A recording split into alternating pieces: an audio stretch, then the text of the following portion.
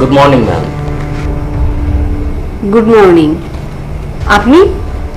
জি, আমি ইন্টারভিউ দিতে এসেছি। ইন্টারভিউ?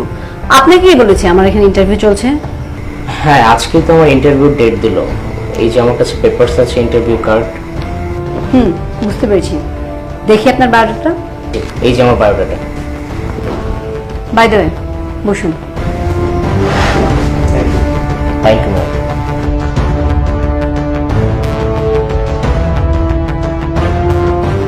আপনার রেজাল্ট তো ভালোই দেখছি, বিবিএ এমবিএ দুটোতেই ফার্স্ট ক্লাস।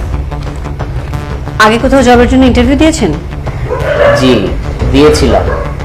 কয় জায়গায়? 9-10 জায়গায়। 10 জায়গায়। জব হয়নি কেন? না, হয়তোবা তাদের কাছে আমার কথা বলাটা ভালো লাগে না। না, ভুলটা আমি আপনাকে ধরিয়ে দিচ্ছি। এই চেহারা আপনি জব করবেন? আপনি কিভাবে ভাবলেন এই চেহারা আপনি জব পাবেন? আরে প্রতিদিন সকালে যখন আপনি আমাদের অফিসে আসবেন, আপনার চেহারা দেখে তো আমাদের মুড নষ্ট হয়ে যাবে। তারপর আমরা বাকি কাজ কিভাবে করব? নিজের চেহারা কখনো আয়নায় দেখেছেন? ও, তার মানে কি ম্যাম আপনাদের এখানে বাহ্যিক রূপ দেখে চাকরি দেওয়া হয়? অভিজ্ঞতা বা সার্টিফিকেটের কি কোনো মূল্য নেই? আপনি তো ভারী বেয়াদব। আপনি কি জানেন আপনার বিগত চাকরিগুলো কেন হয়নি? হয়তো বা আপনার এই বেয়াদবের কারণে আপনার চাকরিগুলো হয়নি। ম্যাডাম, এটা বেয়াদবি নয়, এটা উচিত কথা। এই উচিত কথার কারণে আমার কোথাও চাকরিগুলো হয়নি। আরে ভাইয়া, আপনি এখানে? আরে মিস জান্নাত, আপনি এখানে? জান্নাত, তুই ওকে চিনিস নাকি? হ্যাঁ চিনি তো। আসলে তোমাকে ওইদিন বলেছিলাম না আমার সেই দুর্ঘটনার কথা, সেদিন তো উনি আমাকে বাঁচিয়েছিল। সেদিন উনি না থাকলে তো আসলে আমি পৃথিবীর আলোই দেখতে পারতাম না। উনি যদি আমাকে হসপিটালে না নিয়ে যেত, উনি যদি আমাকে ব্লাড দেওয়ার ব্যবস্থা না করতো। কি বলছিস তুই এসব? ভাইয়া দেখো, আই এম এক্সট্রিমলি সরি। আর যেহেতু তোমার রেজাল্ট খুবই ভালো, তুমি এক কাজ করো, কালকে থেকে আমার অফিসে জয়েন করে ফেলো।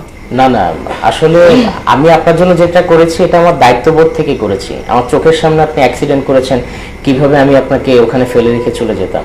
আর যদিও সেদিন আমার চাকরির ইন্টারভিউ ছিল, হয়নি যদিও, কিন্তু আমার কোনো আফসোস নেই, কারণ কারো না কারো তো উপকারে আসলাম আমি। তবুও ভাইয়া, আপনি যেটা করেছেন সেটা আসলে এই সময় কি করে বলেন? আজকাল কাকে পাওয়া যায় বিপদে? ঠিক আছে ম্যাম, আমি এবার আসি। আরে না না, তুমি আমাকে ভুল বুঝতেছো। আসলে তোমাকে আমি চাকরিটা দিতাম, জাস্ট একটু মিসআন্ডারস্ট্যান্ডিং হয়ে গেছে। না ম্যাডাম, তা হয় না। আপনি এখন যেটা করছেন এটা স্বার্থের জন্য, পার্সিয়ালিটি হয়ে গেছে। আমি আপনার আপন ছোট বোনকে উপকার করেছিলাম বলে আপনি আমাকে চাকরিতে নিচ্ছেন। এই চাকরি আমি চাই না। আমি চাই আমার যোগ্যতায় আমি আপনার এখানে চাকরি করি। দুঃখিত ম্যাডাম, আমি আপনার এখানে চাকরিটা করতে পারছি না। ম্যাডাম, আরেকটা কথা, আমার ফেসটা কিন্তু অতটা কুৎসিত নয় ম্যাডাম। আমার হয়তো বা হাইট একটু শর্ট। আর আরেকটা কথা ম্যাম, বাহ্যিক রূপ নয়, যোগ্যতা দেখে আপনি এখানে চাকরি দিবেন, এটা আমার অনুরোধ রইল আপনার প্রতি। আচ্ছা ঠিক আছে ভাই, তুমি আমাকে আর লজ্জা দিও না।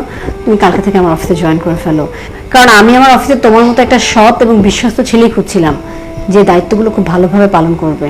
আর জান্নাতের মুখে যেহেতু শুনলাম তুমি খুবই পরোপকারী এবং সৎ, দায়িত্ববান, আমার মনে হয় তুমি দায়িত্বটা খুব ভালো করে পালন করতে পারবে। প্লিজ তুমি আর না করো না। জি ম্যাডাম, আজ তাহলে আসি। আসসালামু আলাইকুম। ঠিক আছে, তাহলে তুমি কাল থেকে জয়েন করো, আর এইচআর থেকে তোমার অ্যাপয়েন্টমেন্ট লেটারটা নিয়ে যাও। জি ma'am. Thank you so much আপু। আরে কি করছিস? ছাড়, এটা আমার অফিস। তো অফিস তো কি হয়েছে?